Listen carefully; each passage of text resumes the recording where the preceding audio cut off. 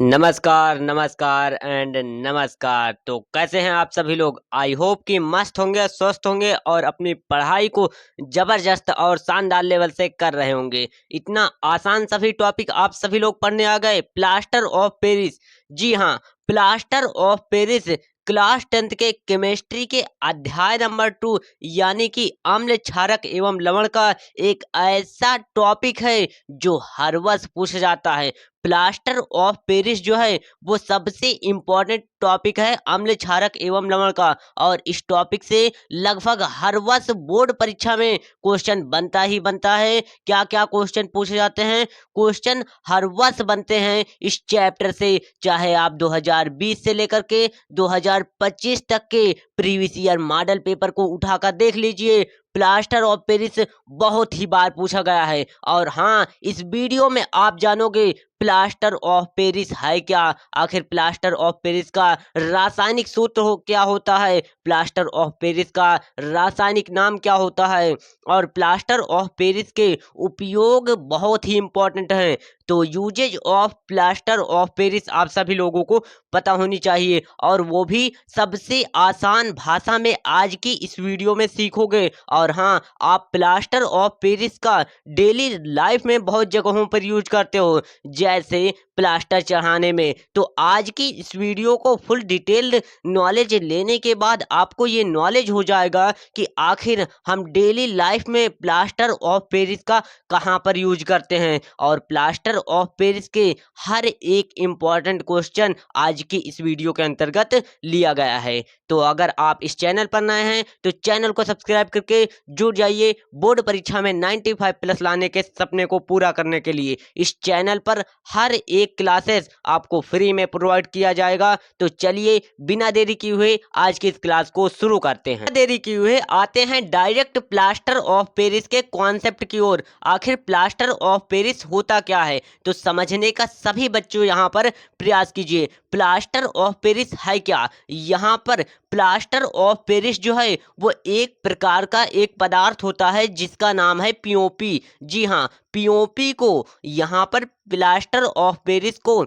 POP भी कहा जाता है। और एक पदार्थ पाया जाता है जिस पदार्थ का नाम है जिप्सम। जी हाँ, जिप्सम को जब बच्चों 100 डिग्री सेल्सियस तापमान पर या फिर 373 डिग्री केल्विन पर गर्म किया जाता है तो प्लास्टर ऑफ पेरिस प्राप्त होता है। नहीं समझ में आया? कोई बात नहीं, यहाँ पर समझने का प्रयास कीजिए, क्योंकि हर एक कॉन्सेप्ट को यहाँ पर इस चैनल पर निचोड़ कर आपको समझाया जाएगा।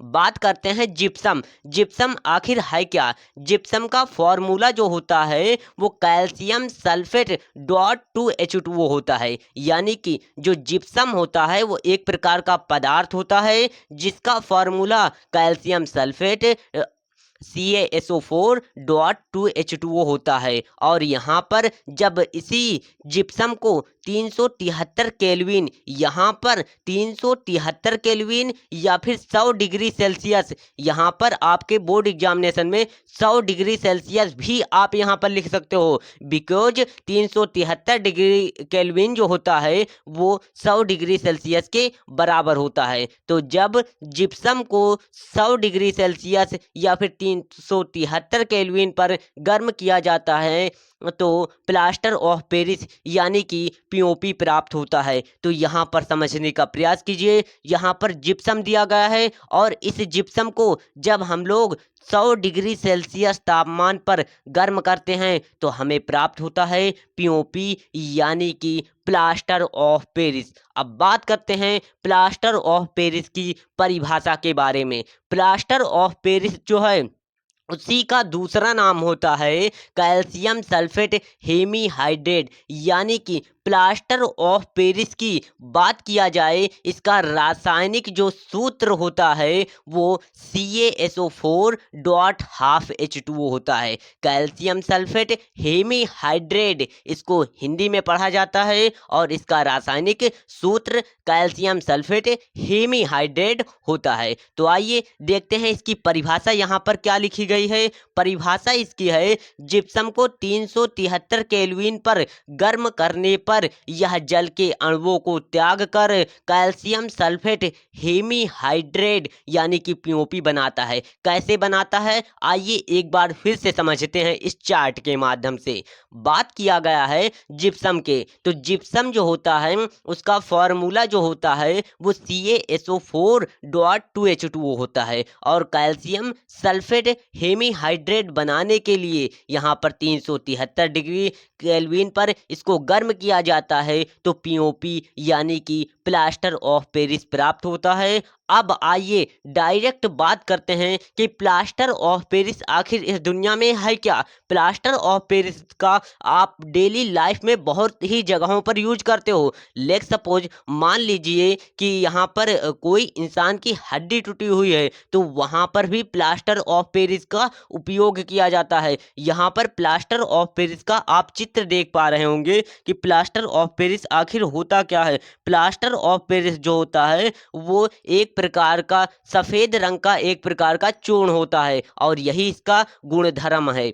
यहाँ पर प्लास्टर ऑफ पेरिस का गुणधर्म जो है बोर्ड एग्जामिनेशन 2023 में पूछा गया था कि आखिर प्लास्टर ऑफ पेरिस का गुणधर्म क्या होता है। तो प्लास्टर ऑफ पेरिस जो होता है वो सफेद रंग का एक प्रकार का चूर्ण होता है। अब बात करते हैं, जैसा कि मैंने वादा किया था कि प्लास्टर ऑफ पेरिस के उपयोग बहुत ही इंपॉर्टेंट हैं और प्लास्टर ऑफ पेरिस के आइए स्टेप बाय स्टेप एक एक उपयोग सीखते हैं। प्लास्टर ऑफ पेरिस के उपयोग की बात किया जाए ना तो प्लास्टर ऑफ पेरिस का बहुत ही जगहों पर यूज किया जाता है।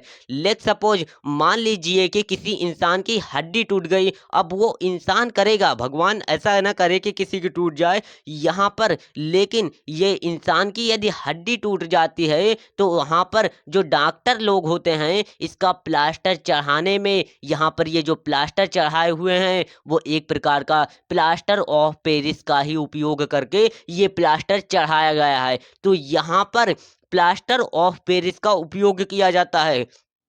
प्लास्टर ऑफ पेरिस का पहला नंबर उपयोग दिया गया है कि प्लास्टर ऑफ पेरिस का उपयोग डॉक्टर टूटी हुई हड्डियों को सही जगह पर स्थिर रखने के लिए करते हैं। यहाँ पर समझो, यहाँ पर इस हड्डी को सही जगह पर रखने के लिए इस प्लास्टर ऑफ पेरिस का यहाँ पर उपयोग किया जाता है। तो पहला उपयोग क्लियर हो गया। अब बात करते हैं प्लास्टर ऑफ पेरिस के अगले उपयोग के। तो प्लास्टर ऑफ पेरिस का अगला उपयोग आता है कि इसका उपयोग खिलौनों बनाने तथा सजावट का सामान बनाने के लिए किया जाता है। लेट सपोज कोई सा भी खिलौना बनाने में बाजार में जितने भी खिलौने बिकते हैं अधिकतर खिलौनों में होता यह है कि प्लास्टर ऑफ पेरिस का उपयोग करके उस खिलौने को बनाया जाता है। और यहाँ पर तीसरा नंबर पॉइंट से पहले बात किया जाता है कि आप अपने डेली लाइफ में प्लास्टर ऑफ पेरिस का उपयोग करते हो, लेकिन आपको नहीं पता होगा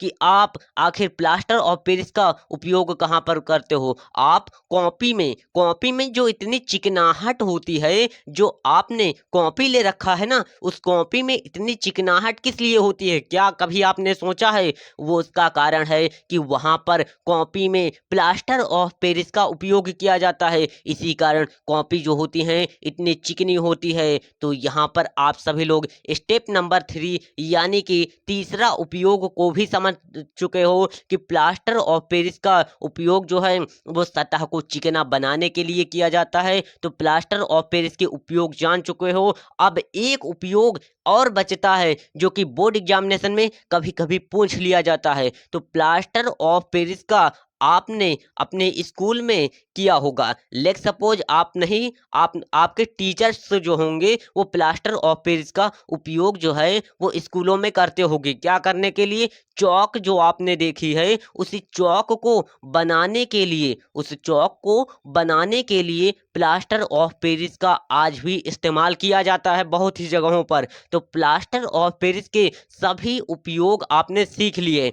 अब एक ऐसा उपयोग आप सभी बच्चे सोचकर नीचे कमेंट बॉक्स में लिख दीजिएगा, जिससे मुझे भी पता चलेगा कि कितने बच्चे जो हैं वो एक्टिव हैं। तो जैसा कि यहाँ पर आज की इस वीडियो के अंतर्गत आपने पहले सीखा प्लास्टर ऑफ पेरिस क्या होता है। आइए यहाँ पर मैं आपको एक क्विक रिवीजन करा देता हूँ। तो जैसा कि बात किया गया है प्लास्टर ऑफ पेरिस की, तो प्लास्टर ऑफ पेरिस का रासायनिक नाम की बात करें तो प्लास्टर ऑफ पेरिस का रासायनिक नाम जो होता है वो कैल्शियम सल्फेट हेमीहाइड्रेट यानी CaSO4 डॉट हाफ H2O होता है। अगर बात करें इसकी परिभाषा के तो जिप्सम को 373 डिग्री केल्विन पर 373 केल्विन या फिर यहाँ पर जो 373 केल्विन लिखा गया है इसके स्थान पर आप 100 डिग्री सेल्सियस भी लिख सकते हो, क्योंकि 100 डिग्री सेल्सियस जो होता है वो 373 केल्विन के बराबर होता है। तो 373 केल्विन पर या फिर 100 डिग्री सेल्सियस ताप पर जिप्सम को जब गर्म किया जाता है तो वहाँ पर हमें प्राप्त होता है कैल्शियम सल्फेट हेमीहाइड्रेट, जिसको कहा जाता है पीओपी। तो पीओपी प्लास्टर ऑफ पेरिस को ही कहा जाता है। अब बात करते हैं कि प्लास्टर ऑफ पेरिस का रासायनिक समीकरण की, तो यहाँ पर प्लास्टर ऑफ पेरिस का रासायनिक समीकरण जो है वो CaSO4 डॉट 2H2O, यहाँ पर ये जिप्सम का फॉर्मूला है। और इस जिप्सम के फॉर्मूले से यहाँ पर आप सभी लोग आसानी से समझ सकते हो कि जिप्सम का फॉर्मूले को यहाँ पर जब जिप्सम को 100 डिग्री सेल्सियस ताप पर गर्म किया जाता है तो प्लास्टर ऑफ पेरिस प्राप्त होता है। और यहाँ पर ये जो आप देख पा रहे होंगे कि यहाँ पर प्लास्टर ऑफ पेरिस का फॉर्मूला तो इतना होता है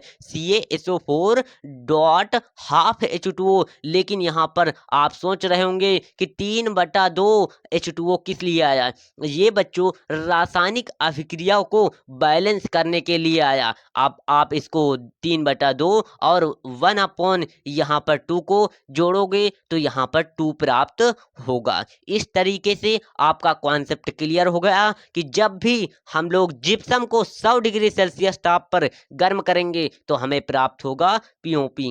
अब ओवरऑल बात करते हैं पीओपी के उपयोग। पीओपी का पहला उपयोग आपने पढ़ा कि प्लास्टर ऑफ पेरिस का उपयोग जो है डॉक्टर लोग करते हैं। कुछ इस तरीके से डॉक्टर जो है प्लास्टर चढ़ाने के लिए प्लास्टर ऑफ पेरिस का उपयोग करते हैं। आइए उपयोग नंबर 2 में आते हैं। बहुत से सजावट के जो खिलौने होते हैं उनको बनाने के लिए प्लास्टर ऑफ पेरिस का उपयोग किया जाता है। आइए बात करते हैं तीसरे नंबर की, तो प्लास्टर ऑफ पेरिस का उपयोग जो है वो पुस्तकों में भी किया जाता है। पुस्तकों को चिकनाहट देने के लिए, कॉपियों को चिकनाहट देने के लिए प्लास्टर ऑफ पेरिस का उपयोग किया जाता है। और आपके स्कूल में जो टीचर्स जो जिस चाक से लिखते हैं या फिर मार्कर से लिखते हैं, तो मार्कर तो नहीं होगा लेकिन अगर चाक से लिखते हैं तो वो जो चाक बनी हुई है जिसके खड़िया कैल्शियम कार्बोनेट भी कहा जाता है, तो उस चाक में प्लास्टर ऑफ पेरिस का उस चाक में इस्तेमाल किया जाता है। बात करें कि आखिर प्लास्टर ऑफ पेरिस होता क्या है, तो प्लास्टर ऑफ पेरिस कुछ इस तरीके से एक सफेद रंग का चूर्ण होता है। यही इसका गुणधर्म है और गुणधर्म इसके बोर्ड एग्जामिनेशन में कई वर्षों में पूछा भी गया है और पूछा भी जा सकता है। तो ओवरऑल बात करें क्लास 10 के साइंस के चैप्टर नंबर 2 के सबसे इंपॉर्टेंट टॉपिक में से एक टॉपिक था जिसका नाम है plaster of Paris. Plaster of Paris के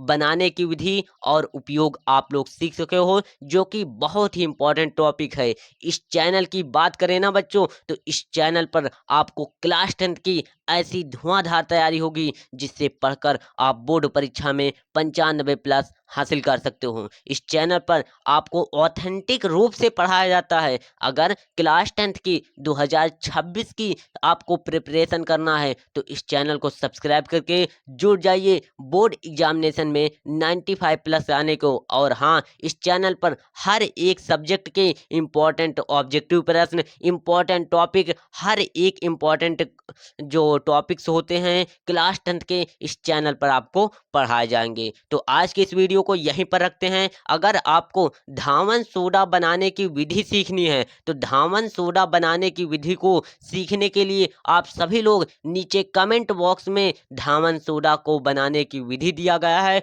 वहाँ से आप लोग धामन सोडा के बनाने की विधि भी सीख सकते हो। तो आज की इस वीडियो को यहीं तक रखते हैं। जय हिंद, जय भारत।